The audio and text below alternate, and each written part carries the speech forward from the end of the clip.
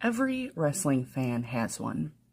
That one wrestler you absolutely love. They've got the look, the gear is perfect, their physicality is incredible, the character concept is interesting. They can go in the ring for 20 minutes and have the crowd hanging on every move. They've got a great work rate, a compelling backstory, and honestly, they seem like a genuinely cool human being outside of the ring. You are fully invested, fully locked in, and then they grab a microphone. You know, as a wrestling fan, exactly what I'm talking about, and it is that terrible moment when suddenly every wrestling fan in the room tilts their head a little and goes, oh. Cutting a promo is hard, way harder than I think people realize. I'm JJ. I love wrestling, and today I want to talk about what makes a great wrestling promo from my perspective as a writer and a former actor. A wrestling promo isn't just talking. It's live storytelling. It's improvisation and character work. It is an emotional performance. And it's happening in front of a crowd that will absolutely tell you within about 3 seconds whether they believe you or not. And that word, believe, is the entire game. For me, the difference between a forgettable promo and a legendary one usually comes down to 3 things: believability, storyline placement, and character development. When those 3 things click together, a promo can turn a wrestler into a star, but when they don't, well, you know. Honestly, I think there's a reason for that. Professional wrestling asks performers to do something incredibly specific: deliver emotional monologues in character while reacting to a live audience, and often while delivering fully believable physicality. And that's not sports. That's theater. And once you start looking at promos through that lens, a lot of things about wrestling suddenly make a lot more sense. So let's break down my 3 rules for a good promo. 1 is believability. The first rule of a good promo is simple: the audience has to believe you. And not that the events are real. Wrestling fans understand the difference between performance outcomes and reality, but they have to believe what you're saying. One of my top 10 most believable wrestlers is Eddie Kingston. When someone like Kingston grabs a microphone, whether he's doing an arena-size show in AEW or making an appearance in a smaller venue, the reasons fans lock in immediately is because he sounds like a human being having an actual emotional reaction to the events surrounding the promo. His promos don't feel rehearsed. They feel like someone finally letting the pressure out of a boiler. His authenticity is what makes the audience lean forward into him as a character and as a performer. The same thing was true of legendary promos from Dusty Rhodes, for example. His famous Hard Times promo in the National Wrestling Alliance worked because it sounded like he was speaking from his own lived experience. Whether you believed every detail didn't matter because you believed his perception of it.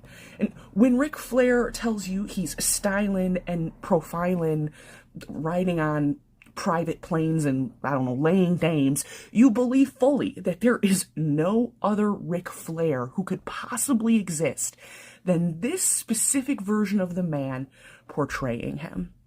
Believability isn't about memorizing lines. I've seen hundreds of incredible promos delivered in languages I couldn't even speak or understand that still moved me deeply towards the story being told and the character being developed. Believability in a promo is about emotional truth. If the audience senses that you're reciting something instead of feeling it, that spell breaks immediately. It reminds us as an audience that the story is just that, a story. And it breaks the 4th wall in a way because we see the struggling performer underneath the delivery that we're rooting for. The focus then moves away from our interest in the story at that moment and onto either our empathy or annoyance with you as the storyteller. I mean, I think you can remember people's visceral disgust at the Suffering Succotash incident. The second critical ingredient of a great promo is something I think people don't talk about enough, and that's timing. And I don't mean pacing, which is super important and I will talk about in a little bit, but I mean placement within the broad storyline and within the run of show itself. A promo has to exist at the right moment in the story, as opposed to being seen as something that has to happen in order to just fill broadcast time. Think about storytelling in general. If a character gives a huge emotional speech before anything meaningful has actually happened in their story, it feels empty, or worse, confusing. The same rule applies in wrestling, and I actually think it applies even more strictly, because a poorly timed promo can give up the outcome of the final fight. It can crush building momentum, and it can even turn the crowd against the determined winner. Promos work best when they respond to specific events: a betrayal, a loss, a moment of challenge or humiliation. When a wrestler speaks after something has happened, the promo feels like a reaction to the events instead of a performance related to those events. And it sounds so simple, but that is the crux of theater. I think that's why some of the most memorable promos in wrestling history have come right after pivotal story beats. The promo becomes the character processing what just happened in real time. And when that timing is right, the audience feels like they're watching the next chapter of the story unfold. They feel like they're inside of the world being built around them, and they can touch it and participate in it. Think of MJF's promo delivery after getting squashed recently by Brody King as a great example of what I'm talking about here. When the timing is wrong, it feels like time filler. It feels like broadcast content with a capital C. And it can really blow up the story that you think you're trying to tell. Now, the third ingredient to a good promo is character development. Every promo should answer a question. Who is this person and why are they here? Great promos reveal something about a wrestler's identity. Maybe it shows their confidence. Maybe it reveals their insecurities. Or maybe it even exposes an obsession they have for a certain experience or a certain point in their storyline, or even another performer. The point is that the audience should understand the character better after the promo than they did before. Look at someone like the incredible Mick Foley, who I think is not only one of the greatest wrestlers of all time, but one of the finest athlete performers in terms of acting, theatrics, pacing, and physicality. Foley's promos were powerful because they layered his innate, real vulnerability into each character. He could show up and be funny. He could be sympathetic, but he could also be terrifying, all within the same promo and the same storyline. That complexity made audiences more emotionally invested because he feels like a fully real man whose motives you understand.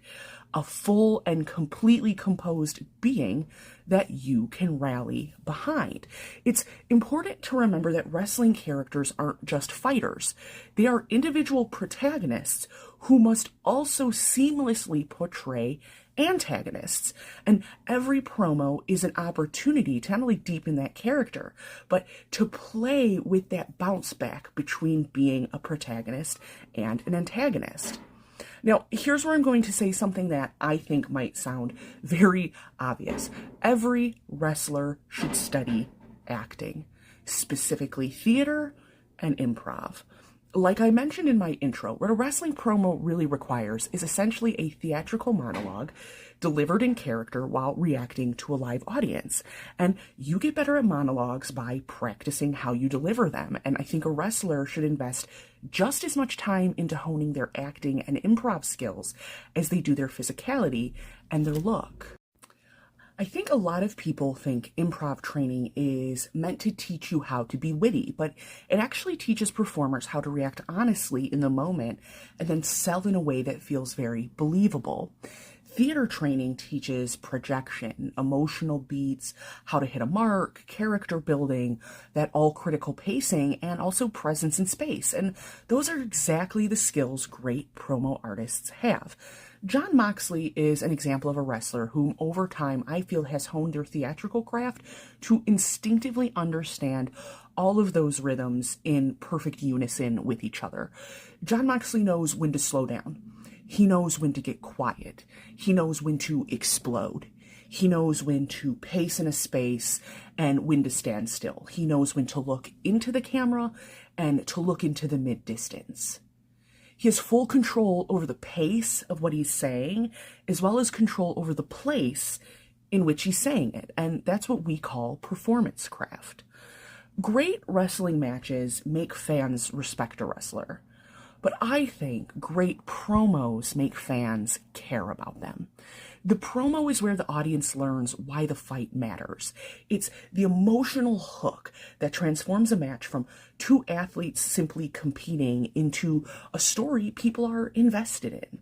Without promos, wrestling would still be impressive, but with great promos, wrestling becomes myth-making. And frankly, I can think of half a dozen wrestlers I love who are objectively bad wrestlers, but their character work and their mic skills are so strong. I can't help but cheer for them. At its best, professional wrestling is one of the strangest and most beautiful storytelling forms in the world, in my opinion. Two performers walk into a ring. They have nothing but a microphone, a character that they've built, and a crowd. And for a few minutes, they try to make thousands of people believe in a story and believe in a moment. And when it works, the arena goes silent. And then it erupts, and suddenly everyone in the building understands exactly why this fight matters. That is the magic of a great wrestling promo. I'm JJ, and I love wrestling. And I want you to let me know in the comments who you think can cut a great promo, and who you love, even if they can't.